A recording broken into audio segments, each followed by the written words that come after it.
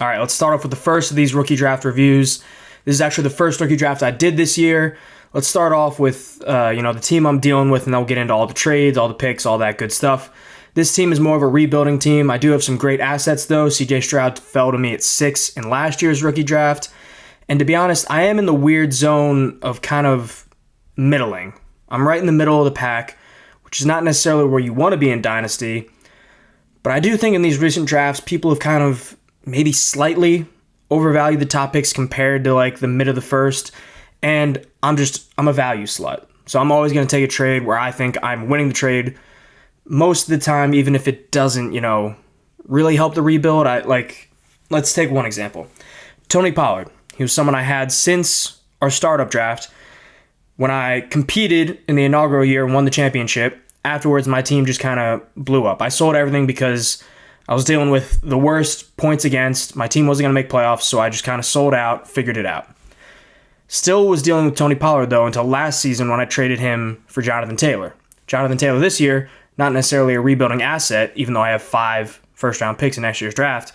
So don't really want him, but I'm not going to sell him at a loss. That's just the way I operate. For running backs in general, I've been, once again, just taking the value. I've been getting a lot of young running backs, hoping that either at some point I'm going to deal some of them. Like, for example, I dealt Kendre Miller in this draft. Or I'm just going to keep them, run with kind of a very strange running back heavy lineup, and just trade for kind of a stud wide receiver, whether it be old, young, what have you, in the middle of the season if my team is showing a little bit of spunk. Apart from that, wide receiver room is pretty bad. I have QJ and Addison. Those are kind of really the only ones of major note. And then I have Kyle Pitts in that tight end room. It paid off somewhat. I mean, who knows? Let's hope Kirk O'Chains can do what he's got to do, get Kyle Pitts' value back up to the top. I told people when they asked me, hey, I want Kyle Pitts, I am living and dying on the Kyle Pitts train. I only have him in one league, so it's not like I was all in on him, but I just refuse to give up. I refuse to give up. With that said, let's get into this draft because that's what you guys really came here for. Starting off at the top, very, usual process here. Caleb 1, Harrison 2, Neighbors 3. So Daniels falls to 4. Great pick out of Rob Giuliano and his team there. Also takes Drake May at 5. So Rob's got a young core now. With those, first 5 picks getting Marv, Daniels, and May. He's loving this draft so far. I'm then there at 6. Between Worthy and McCarthy, those were the real decision makers for me there.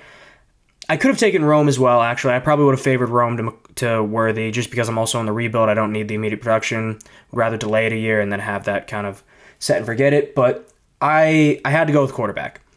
After the draft, I did drop both Mac Jones and Kenny Pickett.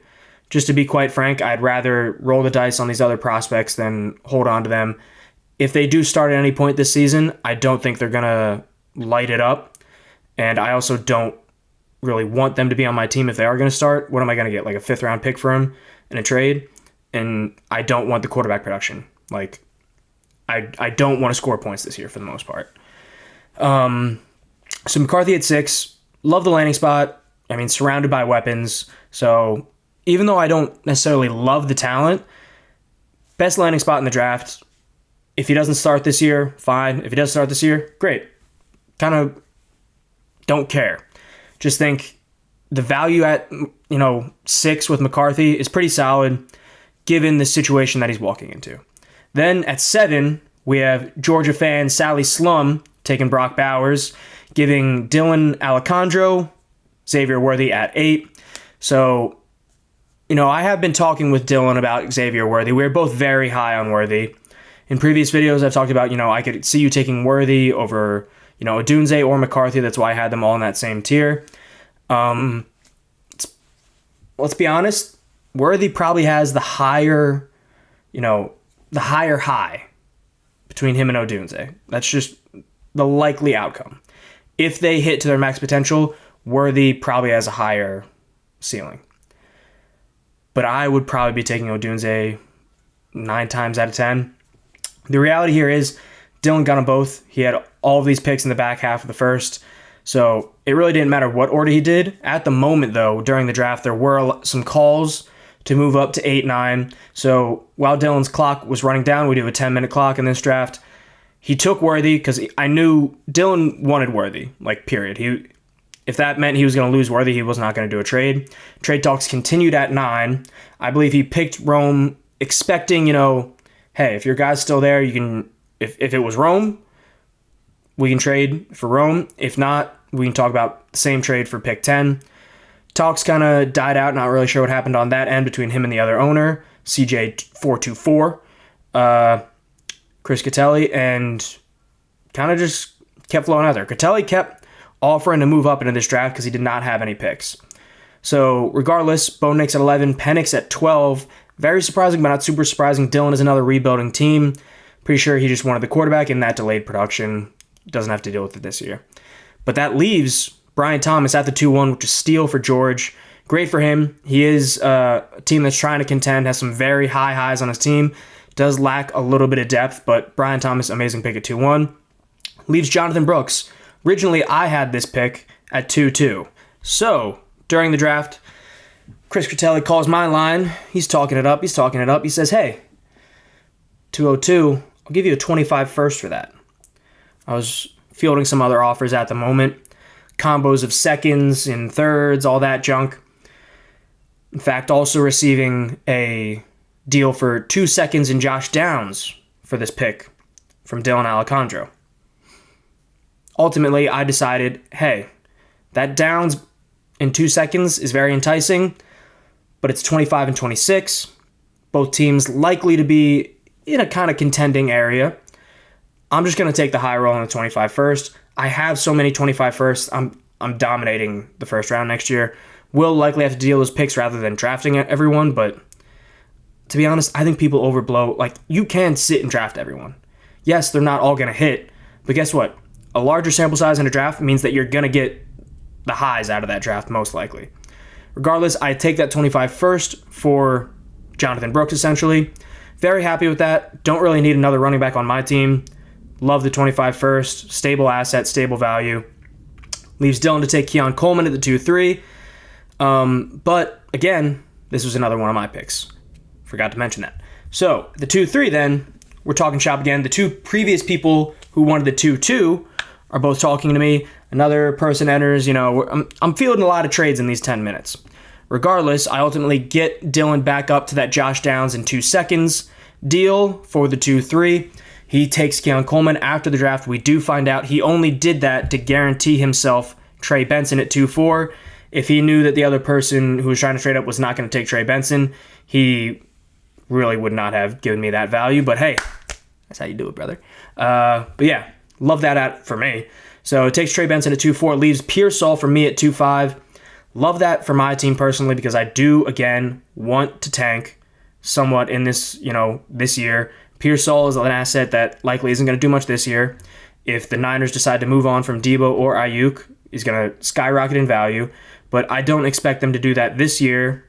He will likely just be supplemental piece, developmental. Figure it out in the next year or two, but I'm happy with the delayed production there. To actually get Pearsall, though, I did have to trade with Rob Giuliano and his team because they originally had this pick, and I wanted Pearsall. A bunch of people wanted Pearsall, but ultimately we came out to the deal. The 205, which was Ricky Pearsall, already selected by the time we got this deal done, and the 301, which I later traded, for the 206, which ended up being A.D. Mitchell, and the 29, which is Jalen Polk. They wanted A.D.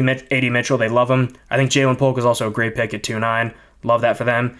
And I kind of preferred the moving up, getting Pearsall, just because, a little bit more upside, I think, than A.D. Mitchell. But I think the combo of A.D. and Polk more than makes up. I think it was a pretty fair deal for both ends. Then we see, Leggett at 2-7 for Sal. Another, hey, first-round wide receiver at 2-7. You got to love that. That. Even though I'm not a fan of Leggett, know that you don't know everything. 2-7 is great value for Leggett. Corum then goes at 2-8. Polk, as we just said, at 2-9. Troy Franklin at 2-10 by me. Did not have to do any trades to get this pick. Had this pick going into the draft. Troy Franklin here, I will admit, I don't love it. I don't love taking Troy Franklin, who was selected after pick 100, at 2-10. Don't love it. Do not love it. Do not love it at all. But when I look at this board, I'm not really like, even though I select Corley at 3-4, I don't love Corley.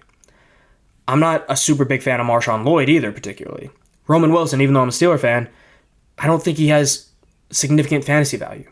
Jatavion Sanders, Ben Sinnott, tight ends, unless they're a top one like Bowers, I'm not going to be selecting many tight ends for the most part. Burton is the only other guy that I really liked. And newsflash, I also then traded the 212, but I knew I would get Burton at 212. It kind of left me in a strange spot where I was just like, all right, screw it. Like, I'm just going to take Franklin, and now I have both him and Mims, whichever one kind of comes out on top as the 2 this year alongside Courtland Sutton, will be pretty decent for me. At least hopefully in the future, maybe it develops into something more. Franklin's still paired up with Bo Nix. Gotta love that. Then Sinnott goes at 211, leaving me. I take Burton at the end of the second at 212. Instantly get a call from Chris Critelli, who already did a trade with me early in the draft, and he said, hey, I love Burton. He does have T. Higgins. He was shopping around T. Higgins to get into the first in this year's draft, along with some other assets. But he's worried about the Higgins drama. So he's like, I really want Burton. I like him as a prospect, and it would just be great for my team. So we talk. We chat it up. By the way, to get the 212, I did trade Kendre Miller for the 212 and the 402. Selecting Burton at 212, then getting the offer from Critelli, which was a 26-second, the 312, which ended up being Ray Davis, and a 25 fifth. Now, as soon as I got that, I was like, hey, I love Burton, but I have to take this offer. I said it earlier, I'm a value slut. I had to take the offer, especially 26 second. Nobody knows what's going to be happening in 2026, let's be honest.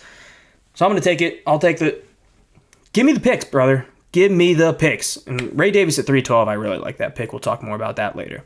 Regardless, though, as we mentioned earlier, in the Ricky Pearsall trade, I did net the 301. Got on the clock. Holden Schreiber's chatting up with me. He's like, hey, I'd like this pick. I just sent you something in the app. Look it over. Let me know what you think. Move back 3 spots to the 304 and pick up a 25 fourth. Now, let's be honest. 25 fourth, not worth much. Hit rate, not great. But I didn't care about the 301. Wasn't anyone I was dying to take at 301. So I'm just going to take the extra value. Maybe I can add that fourth to a trade that I really want to make later. Stable asset, stable value. I'm going to take it when it's, a slight jump. And at 304, I do get Malachi Corley, someone who I've talked about I don't particularly love by any means, but I mean, draft capital is there. Production is strange, but slot player, should get some high-value targets. I am worried about him earning Rodgers' trust as a rookie, but, out of the players left still on the board, I certainly think he's at the top of my list. Jalen Wright, really just a home run hitter. I've talked about the limitations in Dynasty for the most part is I don't think he'll ever be like a surefire start. I think him and a chain are just going to be like whoever breaks off the long run that game is who you should have started, but who knows who's going to break off the long run. And if a chain were to ever get hurt, Wright would be a part of a committee. He wouldn't take full ownership of that backfield. So does have some limitations, but at 3.5, I love the upside with him. And then at 3.6, McMillan, I, don't love it, don't hate it. Both of those, veterans on the Bucs roster being Godwin and Evans are aging out slightly. Maybe McMillan carves out a role and improves as time comes. Either way, once you're getting into this middle of the third, you're really just shooting dice trying to find something. Next pick, we get to 312, Ray Davis. I love Ray Davis. I also have James Cook, so a little bit of a handcuff value there. I don't necessarily think they'll ever, significantly deter each other from fantasy value. James Cook is never going to get goal line or short work. That's just the nature of the game. He is a pass-catching running back that should have a solid hold on, first and second downs, pass-catching work, all that good stuff. In short and goal line scenarios, he's never going to be the back to take those. Ray Davis to me is a modern, Jonathan Stewart, but I don't really care about Cook, having this threat of a new goal line back. If you like James Cook, you never liked him because he was going to get goal line work. It's because of his pass-catching chops in a PPR league. So, fine with that. Picked up Ray Davis. Love it. Will Shipley at 4-1. Now, Lob at 4-2. I should, based on the way where I've been drafting Lob, I probably should be moving him kind of up my rankings slightly. to be point blank, it's only because of his receiving capabilities.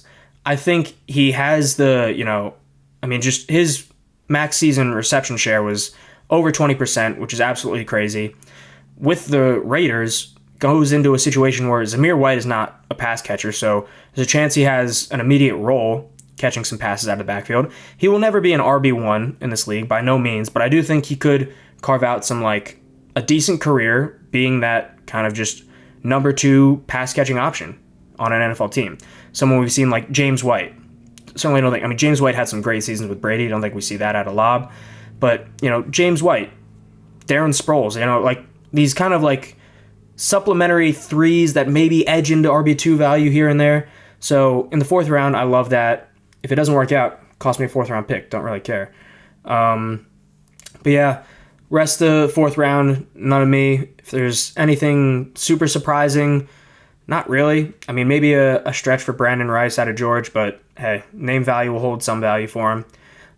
Spencer Rattler at the 5-1, pretty solid.